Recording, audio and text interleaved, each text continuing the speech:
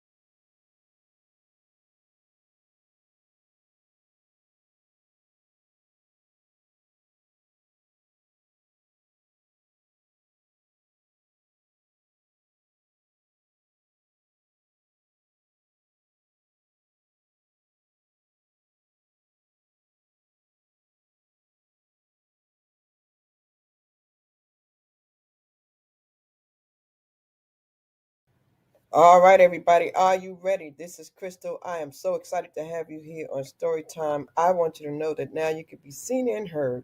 Yes, Storytime has expanded, and you will be able to see yourself streaming live on multiple platforms. So come on over.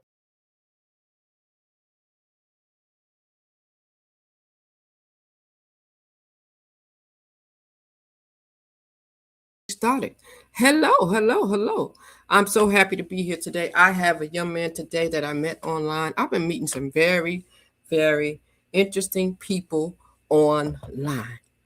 You know, COVID did a wonderful thing. It allowed a lot of people to come out and start sharing who they are. And this is a 51-year-old stand-up comedian. All right. And he's a chef and he's an actor. So I can't wait for you to meet him. You saw the picture. He's been in a couple of movies and he has a heck of a comeback story. And right now he's catering, and a lot of people there in the area, I'm sure they are very familiar with him, and he probably keeps them going with his dishes because I've seen his food on his Instagram. So I'm going to take a moment right now and bring him on up because I see him there in the green room. So help me welcome him. One moment. Hey, what's going on? What's up, Miss Crystal? How you feeling? I'm doing all right.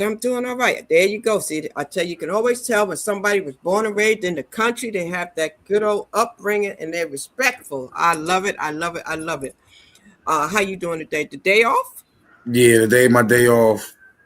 Because you be grinding. I be seeing you on the Instagram. You be getting it in. Yeah, that kitchen be killing me. You hear me? But it's mine, so I got to go there every day. So it is yours. So that's yours. Yeah, I have the kitchen from Tuesday to Saturday. Okay. Well, listen, I am so excited to talk to you after I heard about the interesting thing that you have overcome when you started to share with me. So before we get started, I always ask my guests to just tell us a little bit about who they are, where they're from, a little bit about the backstory for the people who've never met you before, for the people who don't know who comedian Feisty is. All right. Could you take a minute, and some of them may not even know who Eddie is, right? Take a moment and tell the people a little bit about your upbringing, where you're from, and bring us up to speed. All right, top of the evening. What's up, y'all? My name Eddie Parker, aka Comedian Feisty. 51-year-old comedian slash actor slash model slash chef slash husband slash father. Like I said, I'm from Philadelphia, Pennsylvania, clearly with the Eagles situation on. You know, two-parent household, raised by my parents, but really by the streets. You know what I'm Mm. saying? Uh, was interested in what the streets had to offer. And just once I found out, I just couldn't stay out of them. And then like a hustler was born, you know what I'm saying? And not just a drug dealer, but a hustler. Wow, I like where you said that. You said a two-parent household raised by a two-parent household and raised by the street. I never heard nobody put it like that. So you had the best of both worlds almost because you had an example in front of you. You Hmm. had two people getting it in, working, Right. setting things up for you. Do you have siblings? Yes, I have a sister and a brother. Okay. Are you like the oldest, the youngest? I'm the middle. Oh, okay. So the middle child. So I'm Hmm. sure what big brother, big sister, which one is the oldest? Big brother. Big brother kept his foot in your neck? No, not at all. I always so like I said, I was born in a two-parent household. You know what I mean? My mom worked, my dad worked. You know what I'm saying? We got good stuff. You know what I mean? But like I wanted to be up on the corner with the Jamaicans. Like they was having a lot of fun. And one day I came in the house like 9:30 and my mom was like, "What's up with that?" I was like, "What you mean?" She's like, "Boy, if you don't want to, you gotta come in here at a certain time." Woo, woo, woo. I'm like, "What that mean?" Like she like, "If you don't want to be here, don't be here." So I got in trouble at school the next day. I'm like, damn, I know I'm gonna go home and get a beating. I'm running away. I went up there, talked to my man. It's like, yo, can I get with the Jamaicans? He's like, yeah, I'm gonna take you up there to school. We go up there, woo woo woo. I started hustling. They's like, what you gonna do, Star? I was like, I don't know. We kind of run away. They said, well, you can stay in here, you can work overnight and go to school in the morning. Okay, So he got the accent too. So let me ask you something. Was that middle school or high school? that was middle school. So middle school. So it started early. This was And like I was like 12. I was like wow. 12. So you got So hungry at 12 years old. Now, what was it that really attracted you? Was it the hype? I mean, the glitz? I mean, the jewelry? I mean, what was it? Because something drew you to them. I feel like it was a I don't know, just a desire to want to be involved and see what is the. I don't really know how to explain it. It's like when you see it, you just know that's what you want to do. You want to be a part of that, and once it catch you, it catch you. It's like you be reading a good book, and you really want to be in the book, but you're not reading the book. You're watching it transpire right in front of you, and it was just flashy. You know what I'm saying? And that was the start. And then it was Jamaicans, so it was like it was different than the people that I was used to growing up around. You know what I'm saying?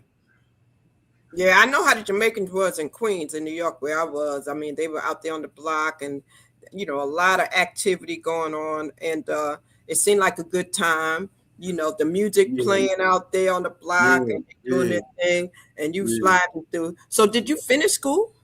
No, not at all. That's another story, but that's a good story too. So I had I got incarcerated as a juvenile and everything, right? And So wait. So we're not going to skip like that. So let's go back. So you didn't finish school. You got caught up. You got with the Jamaicans at 12 years old. Before you got with the Jamaicans at 12 years old, was you pretty good in school? I mean, was you getting good grades, or was you just not really even into the school at all? I got good grades up until so I got good grades but bad grades. Okay. That's, so I might get A's and B's and C's in my academics, but I have all F's in behavior. Okay. So Okay. it's like I did the work. That wasn't about nothing. But it's like once I'm done the work, can I get to work for tomorrow or something?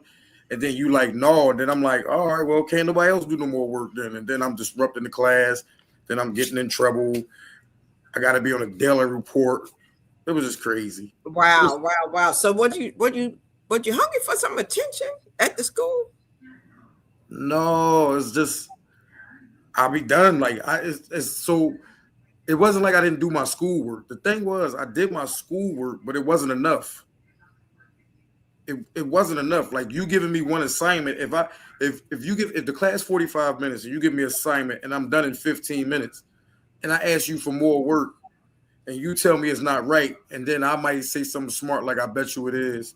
Now that thing got me in trouble. then you won't give me more work to keep me occupied. What else am I going to do if you don't give a child something to do? They're going to find mischief to get in. That's right. So you were challenged. It sounds like you were one of those kids that were challenged, and if they would have challenged you enough, you probably wouldn't have got in trouble, and you probably would have excelled very far. I don't agree with that. You don't think so? No, because your mind wasn't in it, huh? Your mind just wasn't in it. So take me back. So 12 years old, you get home and you realize you're gonna get in trouble. So the next day you make a decision. I'm just gonna go ahead and go for it, and then I'm gonna go on over here, run away from home. And then what happened? Did you continue going to school? For a little while. And then you continued going to school. You were going back. You were kind of living with the Jamaicans wherever they put you up, doing your thing. I was going to school until I realized my mom realized I was going to school. And once she came up to the school, I couldn't go back to the school because they already knew I was I was a runaway. Wow. Really? So because they would have sent you back to her and you don't want to go back to her. So you said, you know what? I'm not going to do that. So then what happened? How did it go for you? How was that? You stayed with them? Yeah, I stayed with them for probably 5 months, 6 months, and then I got arrested. And that was your first time being arrested? Yeah. Was you scared? No. Not really. You scared, so you just went in there to did you get some time? I was at something called the Youth Study Center, right? So it's like so I was small for my size, right? I mean, for my age, I was small. So they put me on the small people's side. You know what I'm saying? Back then, they kind of placed you according to your age and how big you was. So they might see you and be like, all right, we're going to put you on the 3rd floor. Which is probably I only had a drug case. So it was an easy floor to be on. Really wasn't that much drama. But then you get a little bigger and your case get a little crazy. They'll put you on the 4th floor. So it was a little crazy situation. You seen nobody got stabbed or nothing in juvenile, but you seen people fighting and stuff like that, right? That's when they sent me away because my mom came to court and she was like, she's like, when you come home, what you gonna do? And I just looked at her she's like, you gonna act like you got some sense? And I was like, I don't know. And she was like, you can keep him, and they kept me. I was like, wow. Why? So and that was during these days when you were 12 years old right here? Yeah, that's up Cornwall Heights. Okay. It was called the youth. You look clean cut. Sometimes when you look at some children, you can look at them and tell they're not well kept. You look like you were well kept. So I could tell you came from a good family just by looking at how you were dressed. Yeah, because my mom, you don't look like a hood. My mom, my grandma, my grandpa, my aunts, they all used to come see me. Every weekend, a different family member would come up and see me. So I had the support system. So people would be like, oh, I blame this and I blame that for why you are the way you are. I don't agree with that because I really came from a loving family, but there was something about what the streets had to offer that made me draw towards the streets. You know what I'm saying? No matter how hard the roads was or none of that, it just was what it was and just went through it. You know what I mean? Then you become accustomed to it. You grow used to it. Coming home, running away, getting locked up. And then they're going to send me to Youth Study Center. That's when I'm an adult. That's one of my first state bids right there. Wow. So you went from being here, and how long was it from there until you got locked back up again? Because it sounds like you kept going back and forth. So so it was a reoccurring situation as a juvenile as well as as an adult. So through the juvenile systems. So I went to a juvenile joint, right? Boom. I was there for 2 years, 18 months, something like that, right? So I was getting ready to come home. So the place was called Vision Quest. So at Vision Quest, they were supposed to send my paperwork back for me to go to school. So when I came out of jail, when I came out of juvenile placement, they sent me to school, but they put me in the 8th grade, but I was supposed to be in the 10th grade. So they told me they put me in the last grade that I was on the streets because they waiting for my records to come from the juvenile placement. All I had to do was go to school. I didn't have to do no work. I just had to be present from the morning till the end of the school day. Just to hold you, just somewhere for them to hold you accountable at or whatever. That's on a set of a movie. That was like me looking back saying to myself, wow, this used to be a real life situation. Now you're acting it out like you know what I mean? So that was a big step for me right there. That was a moment. I had a moment right there at that movie set. So you literally acted out a part of someone being incarcerated. Was that by choice? Um, kinda. They asked me what would I so that right there was for an interlude to a book I had wrote called Running Game. And in the background of that is me narrating the prologue to the book, the intro to the book. And I'd be like, damn, I can't believe this. Just yesterday I was on my way to becoming a major figure in the coke game. Now I'm locked up in the cell with a crackhead, and then it just transpires. And then I'll just be sitting there, and it looked good when you see it. Wow.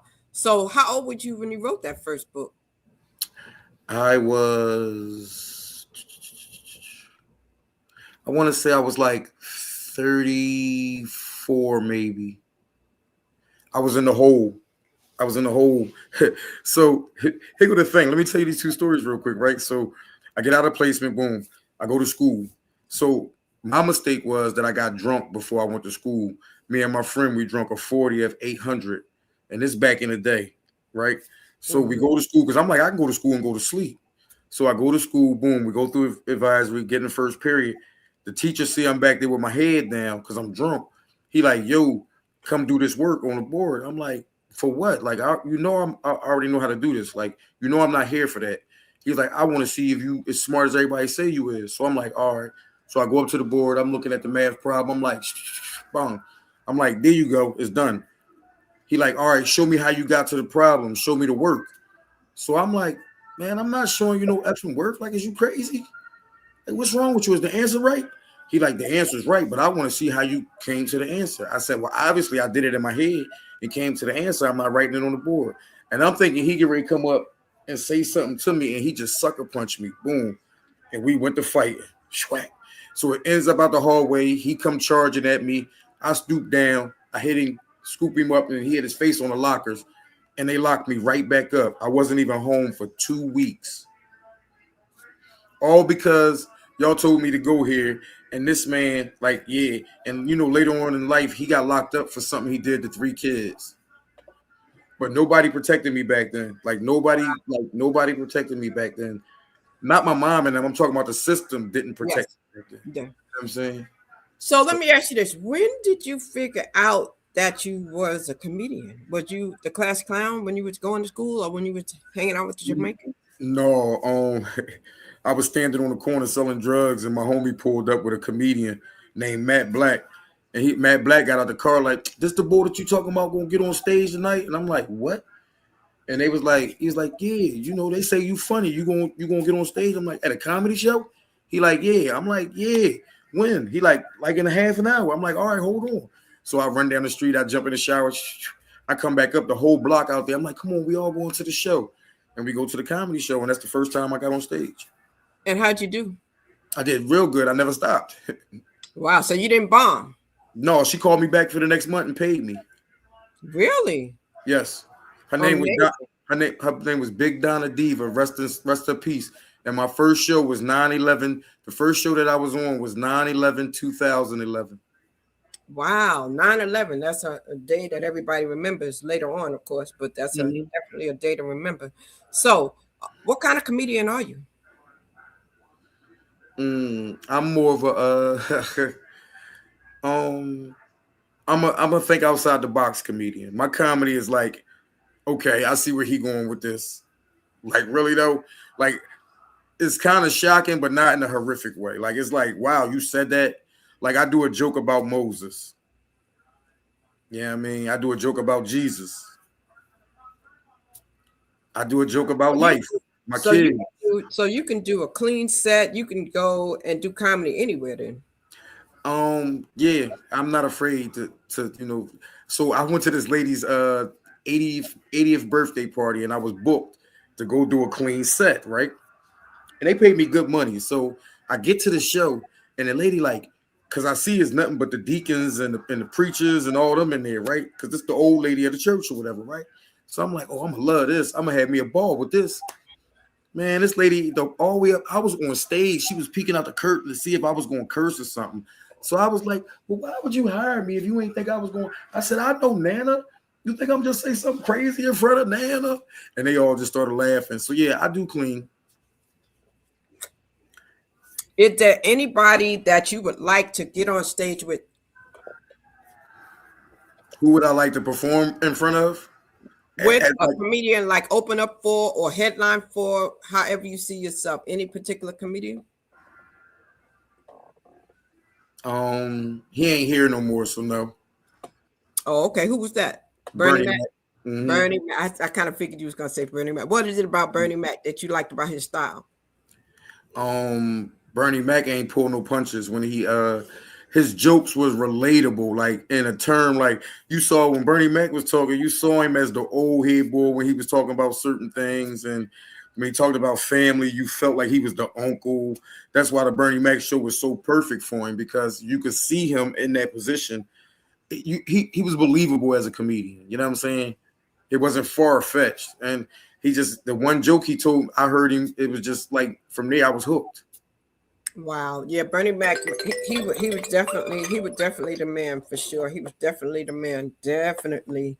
And oh my goodness, oh my goodness, he was the guy. So now, what about female comedians? Who is the best female comedian, or who is a female comedian that you enjoy and you really like? um, you talking about famous comedians? It could be famous, not necessarily, because there are a lot of people who came up through online and streaming. And I mean, look at Country Wayne. You have people who came and My they favorite, made it differently. So it's really up to you. my top three female comedians right now are in no particular order, but these are my three right now. I'm biased because they my homies, but Maria I knew Sanchez, he was gonna say Maria. I said he's gonna say Maria. Woo Woo, Woo Woo the comedian, and Natasha Face. Yeah, that'd be my top three right now. Um, yeah. As an older lady, her name is Dark Child. She's from Philly. She's a monster. Yeah, but them, yeah, Dark Child's a beast. Yeah, they some monsters. But yeah, that's my crew. That's who. If I had to say females, I know a bunch of female comedians that like holding it down right now. They can go back to back with any male comedian out there, be it a star or not. Like they really that like females get underrated in the comedy game. So yeah, those females they definitely that work. So you advocate for the female comedians. Good for you. Good for you. I advocate for funny. Got you.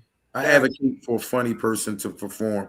It's just not we gonna not gonna act like the men the only ones that be rocking shows because I've watched these women perform and I've never seen them perform anywhere and didn't really tear a show down. So is there anything off limits to you? You know, there was a big controversy when a lot of people don't like comedians to talk about certain things. How do you feel about that? Is anything off limits? I feel like don't talk about nothing you don't want no backlash from. So if you say it, just be willing to take what come with what you say. Like like people be like, you gonna get canceled. I'll be like, how? Do you know what I've been through in life? If you mean to tell me people gonna stop following me because they don't like something they heard or saw about me, then okay, goodbye. They wasn't never supposed to be a part of my life anyway. What's wrong with you? So what you've been through and going in and out of prison and everything has given you a tough skin. It has made me aware, yes. Not Okay. necessarily a tough skin. Because what do you mean by a tough skin? And in I relation to mean, it just, you know, like you said, you don't really care. So it doesn't phase you because with everything you've been through, you feel like, listen, I feel it's like not meant to public be. opinion, public opinion is overrated. When I was locked up during that time, it wasn't the public that helped me, it was my family that helped me. Now, if something affects my family, yes, then I need to make that right.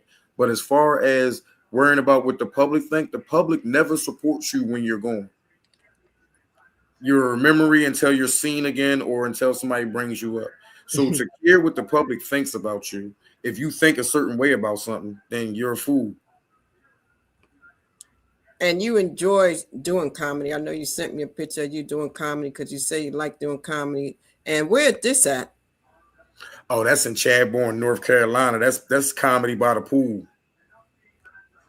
That's Comedy that's by the that's my pool. annual camping trip. Yeah, I do a camping trip every August. It's in Chadbourne, North Carolina. $200 a person. You get 3 meals a day. It's from Wednesday to Sunday. Sunday morning, you get 3 meals a day, unlimited alcohol, comedy shows Friday, Saturday night, ATV, swimming pool, pool party, race. Okay, okay, they got a whole setup. Now, how about this one right here? That was at Make a Bag Mondays. I was the host for Make a Bag Monday. I think that's the night that Little Baby was there, if I'm not mistaken. So is comedy real big there in Philadelphia? Comedy is big in Philadelphia. Comedy is big. And so right now for it sounds like you have a big respect for the local comedians that are, making their way. I know some comedians did not particularly have respect for those that are kind of doing it their way now. They feel like it's different, because the internet made a lot of people insta famous. What's your So, take on that? like, I just respect the people that do the work in the comedy game. Like, I'm never going to be the type of comedian that's not going to say another comedian's name if they're funny. I don't have to necessarily like you as a person to put you on a show. Like, it's been times when people have called me like, yo, you know this boy right here? He say a comedian. What you think? I'm like, yeah, book him. He's funny. They're like, you bang with him? I'm like, it don't matter if I bang with him or not, but book him. They're like, oh, I'm going to tell him you. No, you ain't got to tell him I sent him. Like, it's cool if you want book him, book him. You ain't got to tell him I sent you, because the thing is, me mentioning your name don't stop me from getting the fame I'm supposed to get in my journey, right? So that means that these people respect my opinion enough to put you on a show. That means I got some juice. So talk to me about when you started cooking. So you found out you were funny, and then what happened? One day you just made a good dish and everybody started requesting it. When did you find out that you had skills in the kitchen? Well, I've been cooking since I was 8, 9 with my grandmom catering business, shucking the greens and the peas and corn, peeling the corn and washing the hair off of the corn and the yams and the chicken and the fried cornbread, all that. So I've always been in the kitchen with my grandma. But when I was in one of my juvenile placements, they sent me to cooking school, but I got discharged before I could complete it. So then when I came home, I went to a cooking school, completed that, boom, with an 8th grade education. See, the thing is, you can slide through the system if you know how to slide through the system. You know what I mean? You prolong, you prolong, you prolong. Next thing you know, you finished. And they like, well, where's the paperwork at? I'm like, I couldn't find it. Okay, well, here's your. So then when I got locked up as an adult, it's jobs that you could have. My job had always been in the kitchen. So being in the kitchen, I was always a cook in the kitchen. So I learned early in life how to cook for masses, because in jail you have to cook from anywhere between for 1,200 to 1,500 people. Okay, so you can cater a big party then. Yes, I cater big parties now. Do you? What's your specialty? Well, they say my specialty is anything chicken off a barbecue grill. They say I make some of the best barbecue chicken probably in a couple of cities. But yeah, I would say that. And I just like to cook. I have a jerk chicken lasagna. That's one of my specials. Oh, wow. My Alfredos are from scratch, so that's one of my specials. Pastas. I just like to cook. I don't know. I just like to cook. Wow. Do you do desserts? I'm not a baker. Not a baker, so you just straight cooking. Man, I can make desserts, but I can't make, like, I'm not a baker. Baking is a very hard task. I tell you what, I saw that picture of that seafood boil you did last week. That was like, oh, and then what was that you had on top? It was nice. That's my special sauce. Oh, okay. That's called the whip up. Okay. If you get the seafood boil, you got to get the whip up sauce on it. Okay. And I'm allergic to shellfish, so I never know how it tastes. But everybody be like, "Oh my God, it's so crazy! It tastes so good." So, wow. So you managed to go do comedy. You came out. So I just want to ask you this. Let me take you back to the last time you got incarcerated. So you're 51 now. When's the last time you did your bid? I got locked up in 2015. In 2015, take me back to 2015, how long that was and what your mentality was when you got out that time. I was fighting a case, so I was home. So I already did like 8 months, and then they finally gave me a bail. I bailed out, boom. So I came home, I was fighting the case. 2015 came. So my cousin, so I kind of attribute my turning point, my cousin, she made a statement one day, right? And it pissed me off real bad, right? She's like, "What's up, cuz?" I was like, "What's up?" We was at a family function or something. She was like, how long you on vacation for? When you go back home? I'm like, what are you talking about? I am home. She's like, no, when you going back to your real home? I said, well, where's that at? She was like, jail. I was like, what? And maybe a couple months later, I was right back locked up. And when I sat there, like when I say a statement just burns in your mind, right? So now I'm sitting there. I'm like, all right, I'm gonna be sitting down for 3.5 years. I was like, let me get my mind right. I'm like, this it. This and at that time when I had went to jail, my comedy career was like really popping. Like I was like really moving and shaking. But Wow. but you can't play both sides of the fence. You understand? You either gonna do this or you're gonna do that, right?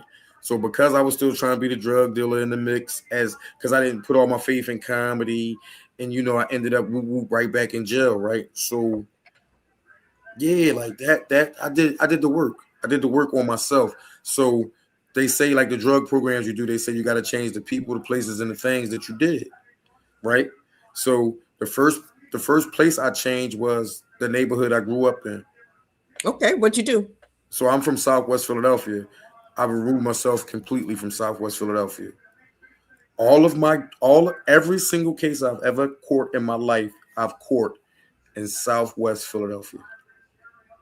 You So understand me? definitely people, places, and things. So you had to remove yourself from everybody you hung out with, no longer associate with any of those anymore. So now, Not even from a distance. You don't speak to none of those guys you ran with. no, some of them, I got still got the ones that's like doing the things that they need to do in life. We stay very much in touch, but it's just certain things like, all right, so I'm about to be 52 next month, March 9th, right? Yeah. So from 18 to I've been on 8 years to 44, right? Let me ask you a question. You don't have a TV or nothing on over there, do you? Because I That's hear. that's somebody upstairs, my father. Oh, okay. Because I know I hear something. I was like, is that me? Or Yeah, I apologize, but I can't no tell you. problem. No, I just wanted to make sure it wasn't coming from here. That's you. Yeah, That's okay. That's okay. yeah, my bad. I ain't know that microphone was that good, but yeah, he watching wrestling and he's of a certain age, so he's not turning it down. I'm not asking him. But yeah, so I have never been home for more than 18 months as an adult, right? So when I went to jail last time, I told you I was doing the work. So I did the work. Now I've been home 8 years, right? And in that 8 years, I was able to travel the country doing comedy, travel the country cooking. I've been able to be in multiple movies. I'm on a YouTube series called The City. Um, I'm in another movie that's getting ready to come out called The Emmanuel Stewart Story. I'm a police officer, and every movie these people put me in, I'm a police officer. Wow. Well, let Every, me ask you this. Have you sent your cousin a check yet? Because I know no, she got one. I know she said you owe me, because if it wasn't mm, for her putting that mm, thought in your brain and making you mm. stop and really think about it when she said to you, when you're going back home to your real home, it seemed to me like when you make it, like really make it, you need to take her out and do something. She be all right. See, Honestly, I because help out. she got I you to help, really thinking. I I mean, help out. I help out in so many other ways, right? So she has a home health agency. I mean, a caregiver agency, right? oh, nice. So when she asks me for help with stuff, I help, I promote. So that's my I think that's my job. One of my jobs in life is to be the connector. So I'm the type of person if you tell me you want to do something or you need something, I'm gonna probably connect you right to it, like right then and there. Like, hold on, let me get on my phone. Woo, woo, woo. Yo, my folks looking for they were trying to rent somewhere, woo, woo, because they got a home care. But all right, bring them food. Yo, my folks trying to get like da da da da da. So that's good. So that's good. So where'd you get that from? Did your parents instill that in you, or somebody looked out for you, and so now you're paying it forward? I think in reality, I'm a people person. In real life, I'm a people's person. And a part of me being a people person is connecting things, right? You have certain people that have certain jobs in the tribe. I'm the connector. I'm the hookup man. I'm the hustler. Like somebody will look at me and say, "Damn, Feisty, you always doing everything. You got your hands in this, that." And that." I'm the executive producer of a reality show called the House of Hustlers. I have a Okay. lot. I have a lot going on in my life. Like I'm doing things. I'm writing a script with somebody for another movie I'm about to shoot. So So let me ask you this. You know, there's a saying, "An idle mind is a devil's workshop." Do you think you're staying busy because you don't want to get caught up with idle time? yes, I firmly believe that one of the worst things a person can have is too much time on their hands with nothing to do. Right. So say for instance, I'm off today in my kitchen, right? I would have usually went around the corner and helped her in the kitchen because I got the kitchen from tomorrow till Saturday, right? So I would help her because you want all the food to kind of be uniform. You know what I mean? You really want them to be able to come in every day and almost get the same taste at least. And the same presentation. That's right, because that'll bring them back. Right. I You got got you. to bring them back and everything, right? And you do those small things, and then it helps people, and it helps. It's like helping people don't hurt you. It only can help you. That's it. So let me ask you this, Feisty. How did you get that name, Comedian Feisty, when you started doing comedy? Where'd that name come from? I didn't even get that before. I had that name before comedy even came into the picture. You just So Feisty. You that just was my street name, Feisty. So my cousin Mikey, rest his soul, we had went somewhere and we was out all night. So we out on the corner. This a long, long, long time ago. This in the 90s. So we out on the corner, right?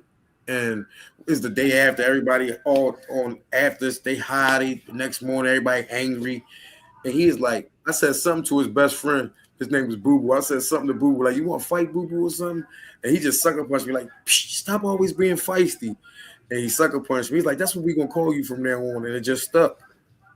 wow. It seems to me like a lot of people who were important to you are no longer here. I hear you referencing a lot of Mm-mm, people saying rest in peace. mm-mm. That's, I mean, I have you know, you have the general losses that you take in life, but a lot of people that helped me are still around. Okay, but the ones that there are some people who they left a mark with you because you mentioned them and you said rest in peace. Hmm. What is something that one of those people or those that have gone on have said to you, other than him giving you the name, that has stuck with you? I got a cousin, his name's Sean, right? See, he don't. They don't. People don't never think you give him credit for things, right? So me and him, we used to ride around, and we used to ride around, get fried all day, chase money or whatever, right?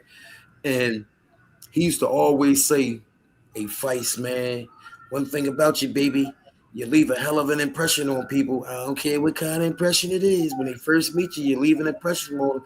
He's like, "Baby, you're one meeting away from making it, baby. You're one meeting away from making it." So I always, whenever I meet celebrities and stuff like that, and they be like talking to me, like, and we get like we cool, we talking. Like we ain't just talking to hi, I'm this celebrity, like we really kicking it like we knew each other for 20 and 30 years. It'd be him that rings in my head when he be like, damn, he'd be like you one meeting away.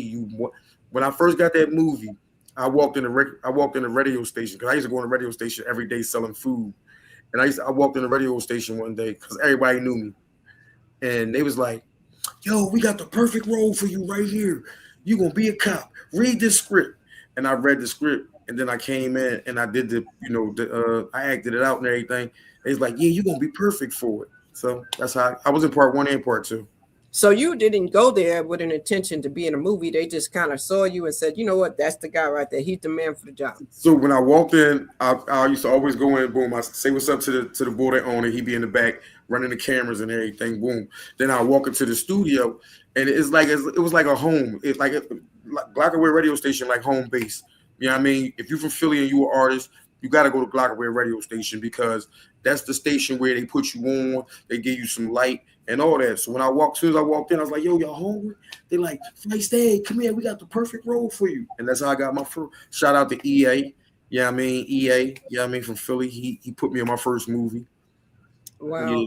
So you know what? It sounds to me like you definitely came out and started going to people. You had your mind made up, and you was like, "I'm gonna make it this time. I'm gonna make it this time." So I take me back. Okay, so this time you're out 8 years.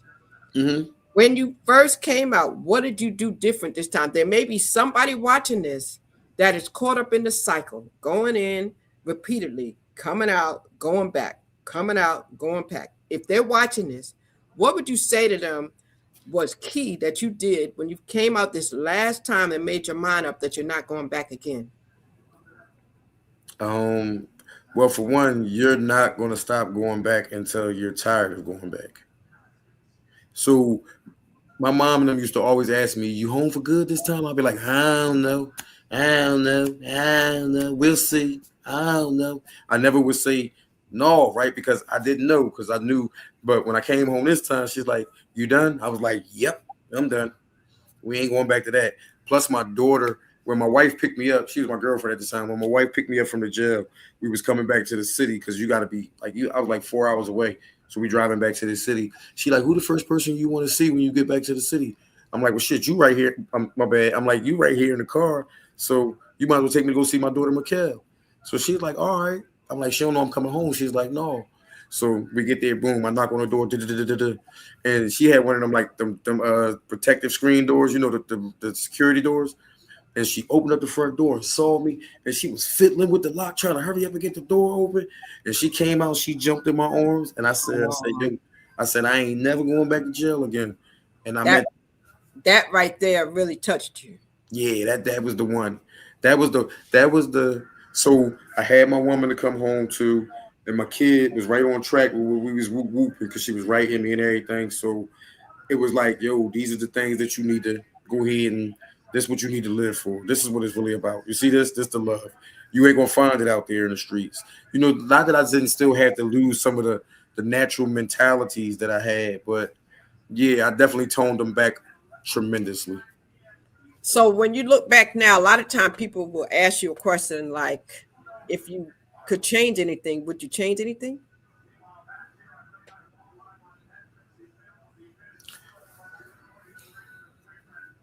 The one thing I would change is I didn't finish school. I didn't finish. I let the fight with the teacher be a reason or an excuse for me to say why I wasn't going to welcome anybody. It was in my mind, it was a very valid reason for not going back to school. But in the reality of things, I was smart enough. Like I really truly believe if I would have finished high school, I would have went off to college, and my life might have took a drastic change. Are you good at any sports? Yeah, I played every sport growing up. Wow, good. So you So, have some skills. So so, you might have had a scholarship. so in the institutions, you always play. You play basketball, football, baseball, soccer, Oh, like wow. handball. So you gotta find stuff to spend your time doing. And when they got the basketball in the wintertime, you get to go over to the gym, so you get off the block, and you really like it. When you're in jail, you don't got nothing else to do. Yeah. So let me ask you something. You were in you were never like in maximum security, right? Yeah. You did maximum, so you had a little bit of all experience in all of them, from juvenile to Mhm. medium to So maximum. I was at XC. So in Pennsylvania, it doesn't matter what your case is, right? You go to the jail they send you to, right? Wow. So when I went upstate, they sent me to this jail called SCI Green. I don't know if you ever heard of Mumia. No. You ever heard of Cool C from Philly? The glamorous life. Ooh, ooh. Okay. Okay. He's locked up there for life. He's on death row. So that's what. So if they have a death row in the jail, it makes it a super max jail. Okay. And then the jail was definitely wild because the Pittsburgh guys was crazy as all get out. The Harrisburg guys stayed in something. Then the Philly guys was always in something. So yeah, But you know what? Sometimes when I look at some people and I listen to some people, especially since COVID, and a lot of people actually come online in prison, they have phones, they get high. It's like they almost can do what they want to do. They playing pool. I mean, they're you gambling. know, I mean, I didn't get high at all in jail. I didn't get high at all in jail. That's the one thing I did not do in jail. I did not play with them boys in jail. I did not get high in jail. I didn't drink no jailhouse wine. None of that. Yeah, so that's another one. I'm glad you said that. A lot of men get turned out in prison. Is that because it's not as much as people try to. Now I'm hearing that with this next generation coming through, that is more flamboyant, right? And is more is much more. But usually, growing when I was coming through the system back in the day, you seen what you saw, like you knew who they was. You knew that these bulls was the bulls. That's what they was into. And you knew because he was with them that he had to clearly be into it. But it wasn't as the numbers like you would think. You understand me? Like, because back then when we was coming through the jails, like certain jails, like if you was at Gratis for it back in the day, you can get you some cooch. The guards. No, the visit. Oh, okay. The visit. Like is I mean, yeah, some dudes was actually good enough to get a guard. Yeah, I mean, them the ones that's gonna talk her head off, and but you know, some guys go the old fashioned way. You know, Pamela, that was their best friend. But the gay stuff is in there, but it's not as strong as people try to make it out to be because it's really shunned upon in there. And then you know what? The guards. Let's talk about the guards for a minute. I saw a lot of them that got pregnant. I seen one girl, she lost her job and because she got with the guy after he got out. Yeah.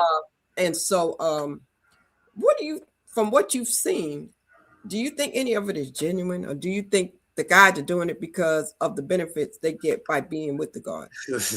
So honestly, I don't feel like a guy is coming from a genuine place if he's trying to knock down the CO, right? And the only reason I say this is because she has all the power. You understand what I'm saying? She's the one who's free. She's going home. So he's looking at it like my door going to stay open. She going to bring me all the stuff in. I'm going to have her transport some drugs in. And we're going to get this money together. She going to love me to death. She going to think the world of me. So, like, if I was a female CO, I could never fall for that because I know that all you guys do all day is sit and watch the level of attention that inmates pay to each other, right? Really? It's ridiculous because you always got to be like this while you in there, right? So you're always paying attention. You know, he can ready go beg for a cigarette over there. He can ready go do something over there. He can ready go beg for some food over there. He can ready go to him to get a smut book. He can ready go to him to borrow some cigarettes so he can go back to the poker table. You know what I mean? He can ready go to work. He can ready go to school. He can ready do this. He can ready go in the laundry room. Yeah, so it's very routine in that joint. Yeah.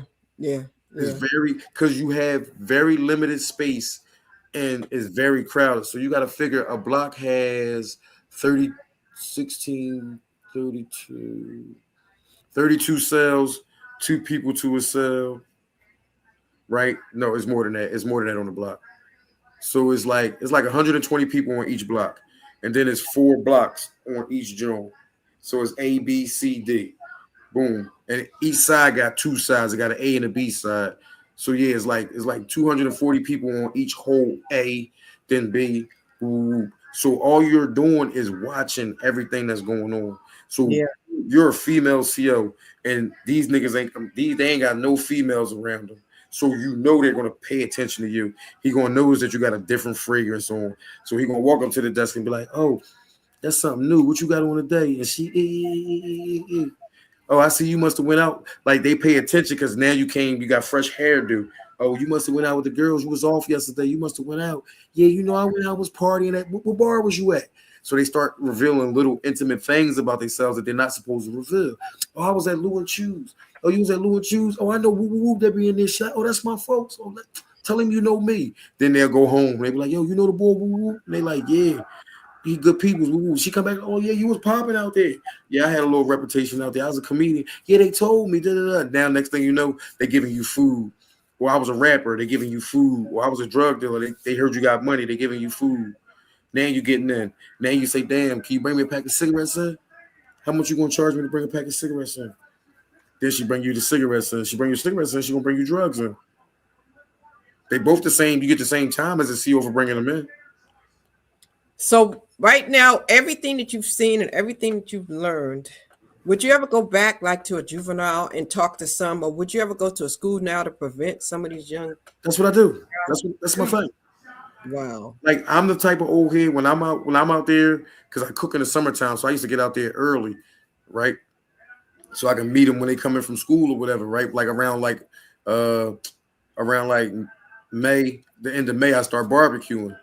Boom. So when people coming home from school, so when the young boys, I used to see them in the morning time, I'd be out there, whatever, setting up my stuff. I'd be like, yo, what's up, youngin? He like, nothing. I'm like, you hungry? He be like, not really. I'm like, yo, you hungry? You want to go to the store? Let's get a hoagie.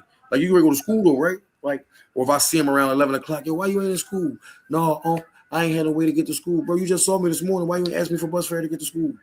Like, yo, don't do that no more, bro. If you hungry or you need to get to school or something, let me know. But don't take my money and don't go to school and don't leave school if I give you money to go to school.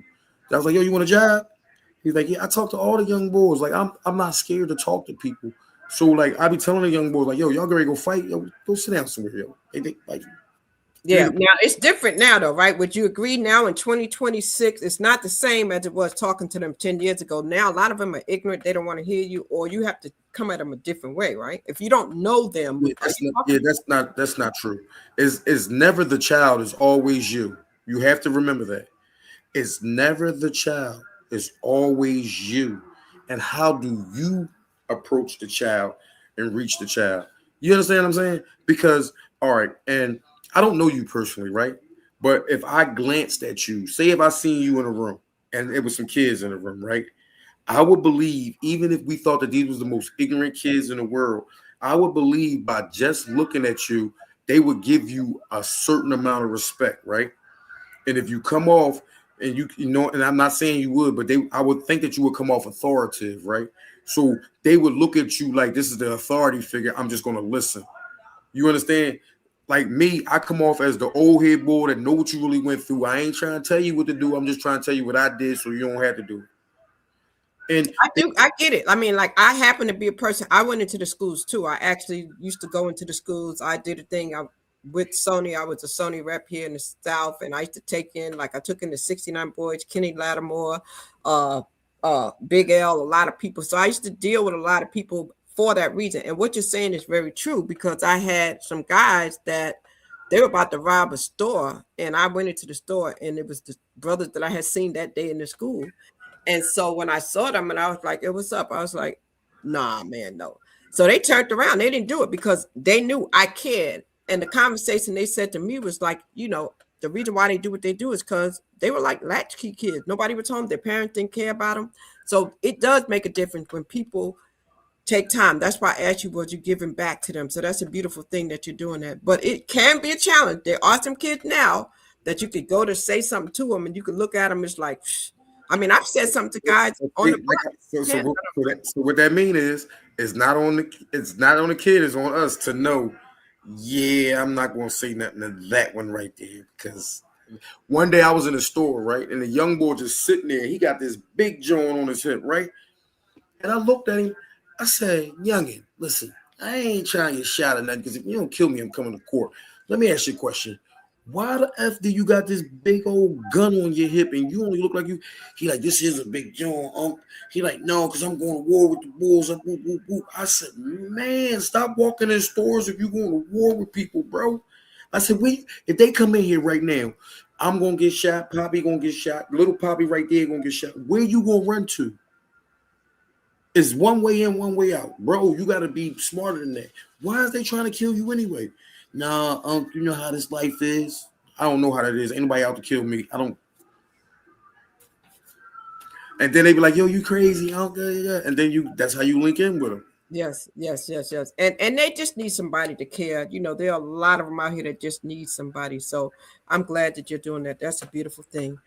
And so now you might be in a position where, like you said, you're giving them job, you're giving them advice, you're feeding them. That's a beautiful thing. My goodness. So what next? 2026 is here. What's the goal for 2026? Get this restaurant and bar popping, and just really.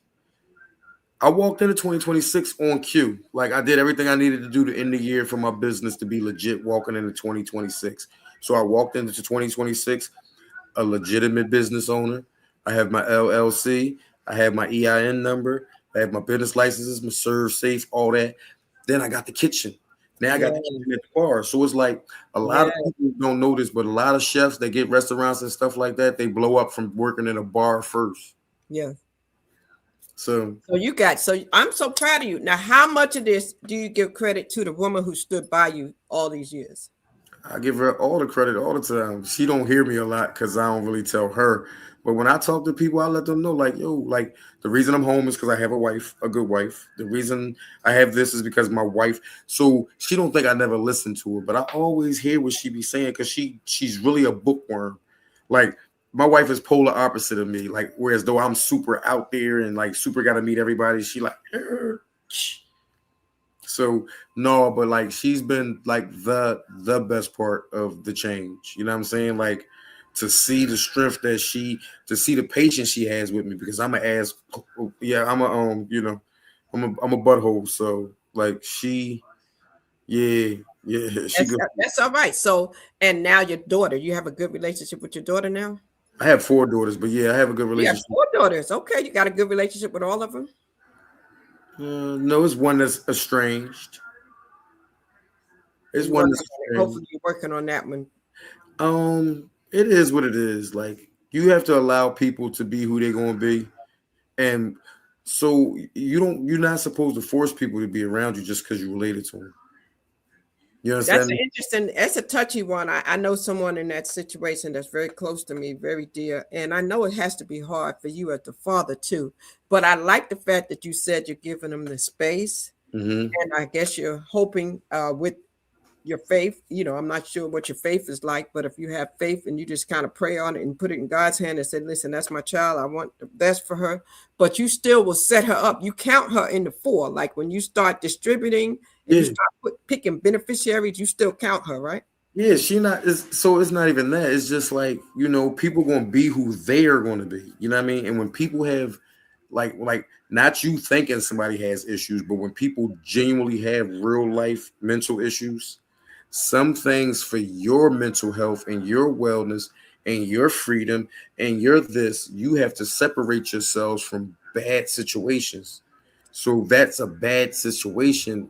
And you just pray, like you say, you hope, you pray. Like we're not estranged to the point, like if I see her, I wouldn't speak to her or nothing like that. But she just on her own mission. You know what I'm saying? Yeah, But I get that. Well, that's good. That's very wise of you. That's very but I wise. have 8 kids altogether. Do you? You was a busybody. When you have time to have all these kids going in and out like that? I have 4 daughters. My wife has 4 sons. So we have Oh, 8. okay. Okay, so you have a blended family. We have a Brady bunch, a black Brady bunch. So how do you like that? That's really good. Let's talk about that for a moment. I think I had a blended one too to a degree, and it's a beautiful thing. It can be a very beautiful thing. It could be it could be a lot of things. It could be very trying. It could be very testing. It could be a very beautiful thing. Um, yeah, it's been very. You know what? It's been really good because the boys have the kids, right? So this is the crazy part. So your grandfather too. I'm a pop. So Oh, boys is taking the lead with the kids, right? Because my oldest daughter got a son, and then my other daughter got a daughter. But then these boys, they running the race. One got 2, one got 3, one got 1. And I'm gonna be honest with you, being a pop gives you a better chance of being.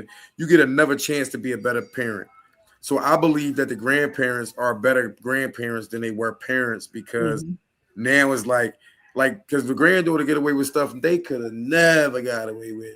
The baby boys, all the baby, they just get babies melt you for some reason. It's when they They that do. small, They really do. They really, really do. They and they really really do. look. My son just had a baby, right?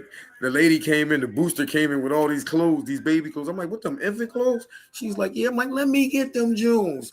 I'm like, let me get the whole bag. I don't even care. He got to grow up, so he gonna grow into him. And then when my son seen, like, damn, you went shopping. I'm like, hey, man. Every time I see something, I'm gonna grab something. You ain't got to worry about that because it's like you get a second chance to really be a parent. Yes. You are, Yes. Yes. and you ain't gotta have them all the time. That's the good part about it. They got to go back to their parents. Now, are you tougher on the guys or the girls? I was tougher on the boys than the girls. But my sons all graduated high school. Good. Because when Good. I came home 8 years ago, right, I told my wife, that was my girlfriend at the time, I said, listen, don't worry about these boys. I'm handling them to school. Anything they go through in school, I'm going to take them back to school. Anything. school related. I'm gonna be the parent to come up to parent teacher meetings. Like that was my job. So she got them in all the schools that they had to get into, but she had to work. So you ain't have to stress about that. So that was my job. Like I used to go up to the school, somebody get suspended, go up to the school, talk to the teacher. So they knew me at the school. Just like my daughter. Excellent, excellent. Now, was that because of the path that you went and you didn't want them to go down that path? And so you have those hard conversations with them now, like, yo, bro, I know you see the money out there. You want to do this. Do you have those conversations with them about the They streets? chilling. They good. They ain't street boys. One of them in and out, but yeah, they not them type of boys. No, they so like I used to always tell them, I'm like, because I'll be like, man, you gotta do better, right? And they're like, yeah, I'm gonna be better than y'all.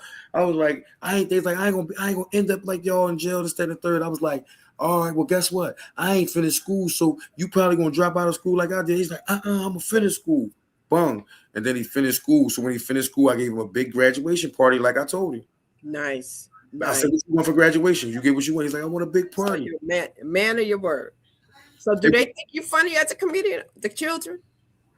Yeah, like when they see, so I took them to work with me because one day I was doing the show and I was catering the show. So nobody at the show knew that I was a chef. And they just thought, nobody knew I was a comedian. They just knew I was the chef. I don't know why I was the headliner on the flyer, but whatever. So hold on. You are in the building and you in the kitchen and on the stage? So I was in the kitchen starting before the show started because we served the food. Woo, woo. Then I went out in the back, took a shower, woo, got dressed, and came out. And people like, you a comedian? I'm like, I'm on the flyer. Then they look and they're like, oh, wow. And you the cook? Yeah. Now I'm about to go up here and kill this show. And I really killed that show. Like, because they was coming up to talk to me with the food. We were just having fun. They like, you should be a comedian. And I just be looking at them like, okay. Wow, that's amazing. That's pretty cool. Now that's dope. That might be the first I've ever heard of somebody doing that. Actually owning the restaurant, cooking the food, catering the food, and then also headlining the show. Mm-hmm. I think you might be the first for that. Yep. That might be the first for you. So that's pretty good. So as we get ready, because I'm not gonna keep you all night, because this is amazing. You know, I'm so excited about who you are now. Like just hearing you, the way you're giving back, the lessons that you've learned, and all the things you're doing now, it's just amazing. I'm so happy that you're going back and talking to those juveniles and doing what you're doing because you're going to help some other people, definitely. And have you met and gone back to any of those Jamaicans, though? Have you seen any of Jamaicans? You left where you were, so you're not connected to none of the Jamaicans. Jamaicans was from 12 to 17. That was my Jamaican phase from 12. Okay, so you got out of that with them. And so now, yeah, the Jamaicans is something else. Do you eat Jamaican food? Yeah, I make good curry goat, oxtail and things, you know. Man, so that's the only thing Jamaican that you do now is eat the food. Well, that's it. So you are now, you said you're doing what for a reality show? Oh, I'm executive producer of a reality show called The House of Hustlers show. Where's that at? We're based out of Philly, right? But we're going to go do auditions in Baltimore, hopefully early March, mid-March. We're trying to have the auditions done so we can get into the house. We're thinking about shooting in another state. So we're thinking about Texas or Atlanta shooting the show in those states, being as though the draw will be nicer there. What type of reality show is it? Because there's it has two different categories, but they're two different shows in general. So there's the music show where you have the rappers and the singers. That's the first House of Hustlers. And then you have the House of Hustlers, the comedy edition. That's what we're about to do the auditions for. We already did the Philly auditions. So now we're about to do the DMV, the Maryland, DC, Virginia area auditions. I should have a really big turnout for that one. And then we're going to get the crew together and we're going to put them in the house for a couple of weeks. And we're going to see how that thing turn out. So you're going to kind of do like Jermaine Dupri did. Yeah, but with comedy. Yeah. Okay. Well, that's all right. So you've got that going on, and you've got a couple more movies that's going to come out. You have a movie. Remind the people how they can follow you, and how they can find you, and how they can book you. So this is how you can find me. You can find me on Instagram at Feisty Comedian, FIESTY Comedian, all one word. You can find me on Facebook, Comedian Feisty, all one word. You can find me on YouTube. I forgot my YouTube page. I'm horrible for that. I just never be on YouTube, but I'm gonna start being on YouTube. I'm gonna start posting these videos. But you can also reach out to me via my phone number 267-831-9236 for all bookings. You can reach me at Edward F. Parker 309 at Gmail if you want to book me. But the best way to find me is DM me on my Instagram or reach out to me by telephone. Um, you can watch me on A Body to Kill 4 Part 1, Part 2. It's streaming on Tubi and I think it's on Amazon Prime. You could Wow. watch me on The City. That's on YouTube. You could catch me on I'm on episode 4 on The City. You could catch me on the Emmanuel Stewart story get ready to come up. And I'm about to shoot 3 more movies, but I can't tell you what they are because we can't talk about that just So yet. let me ask you something. Now I know how you got the first part because you walked in, you were delivering the food. But how's all these other movies coming up? Are you auditioning for them? Or people calling you? How you getting all these? I get a lot of phone calls. Once you meet somebody, now people know what you do. So, like, my introduction is, "What's up? My name Feist. I'm a comedian. I'm an actor. Da, da, da, da. I'm in this movie. I'm in that movie. Oh yeah, I'm doing a movie. Damn, yeah, you need somebody? Yeah, I need somebody. Boom. Then you'll get people that you work with on other movies that's doing other projects, and then they pull you in on the other projects. So yeah, it's like, and it's about if you don't network, if I don't tell you, how can I sell you? I gotta tell you who I am so I can sell you on who I am. You Yeah, understand? and I'm going to let you do that. I'm actually going to give you a solo screen and let you actually promote yourself and let the people know as an infomercial so we can have that just pretty much what you just said, your name, how they can reach you, what you are available for, and Hmm. anything you want to let them know. So while I'm thinking about it, let me let you do that now. I'm gonna put you full screen, and so just go for it. Whatever you want the people to know, use this as a good promo, and you'll have a clip. All right, one moment. There you go. Oh, bung. It's me, boy Eddie P, Eddie Parker, otherwise known as Comedian Feisty. Just wanted y'all to know that you can also watch me on Tubi, catch me in the movie A Body to Kill 4 Part 1 and Part 2. There's also 3 parts to it, so definitely watch the whole trilogy. You can also catch me in The City on YouTube. Look forward to seeing me in the Emmanuel Stewart movie, which is coming out soon. They just shot the trailer for it, so that joint gonna pop out soon. I'm also gonna come up in a couple other movies. I'm also a professional chef, so if you need me to cater your event, you can also find me at you can also find me at Everything's Just Right on Instagram. Bong, get in the DM. You can book me through that. If you want to book me for a comedy show, you can book me at Feisty Comedian, Fiesty Comedian, all one word. Bong. If you on Facebook, it's Comedian Feisty, all one word, same spelling. Look, I'm trying to tell you, we got some things in the work, and I'm also the executive producer of a reality show called The House of Hustlers Reality Show. It's called The House of Hustlers Show on Instagram.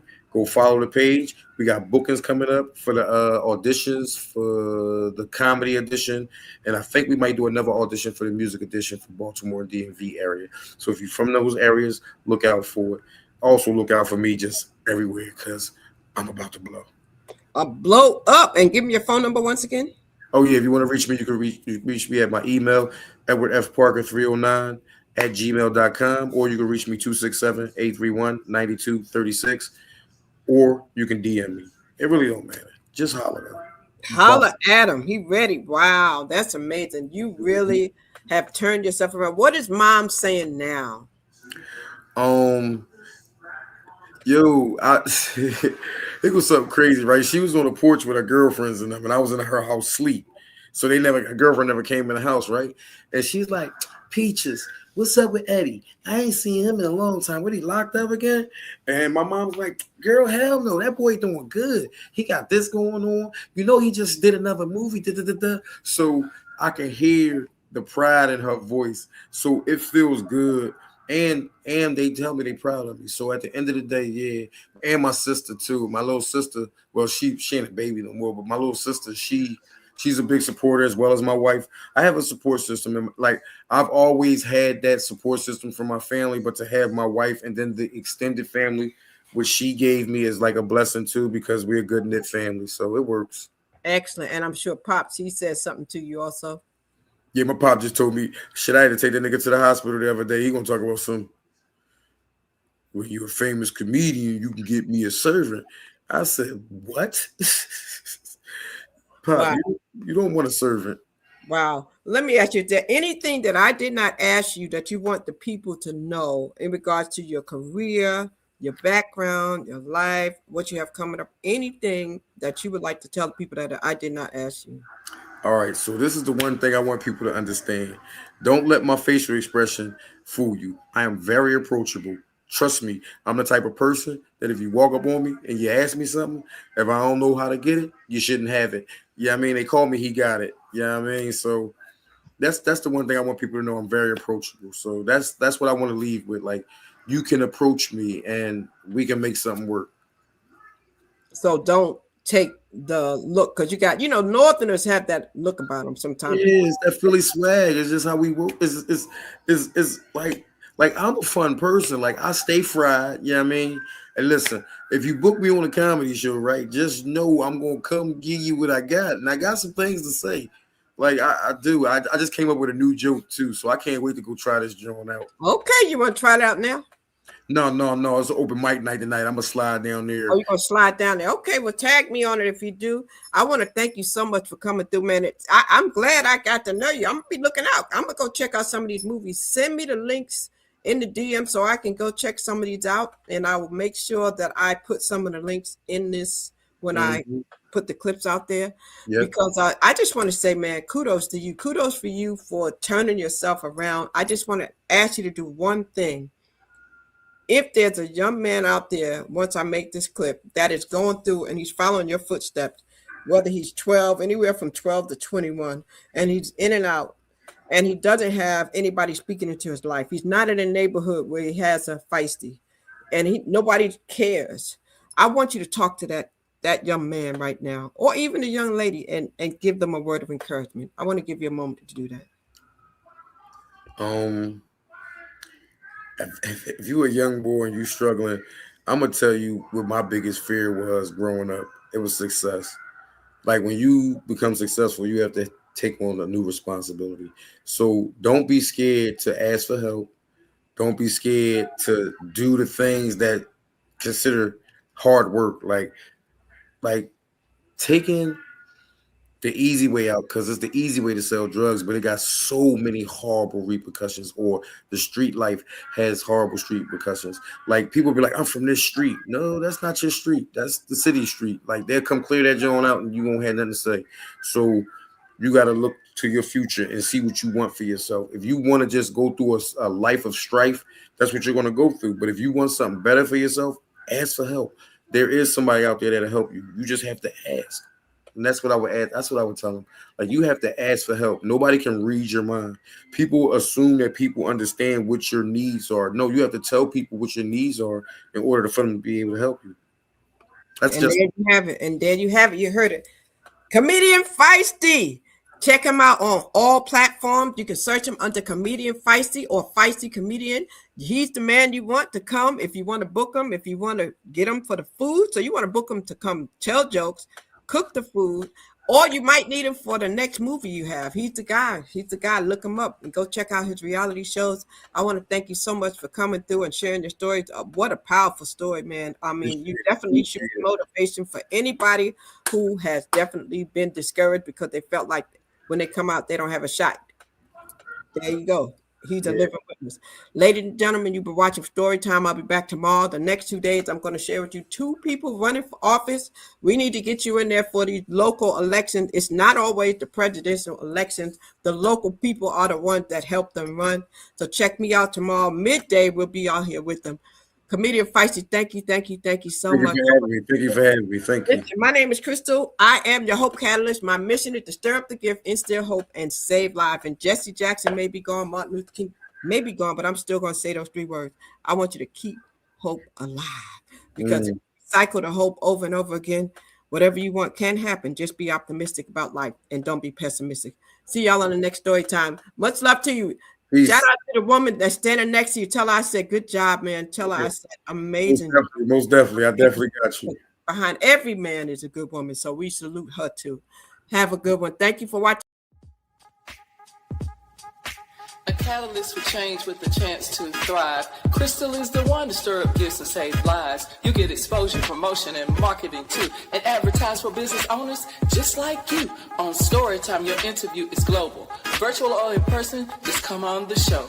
Yo, your story matters. Crystals will open the door. 40 years of experience, ready to give you more on Storytime. Get ready for Storytime. Hey, come on.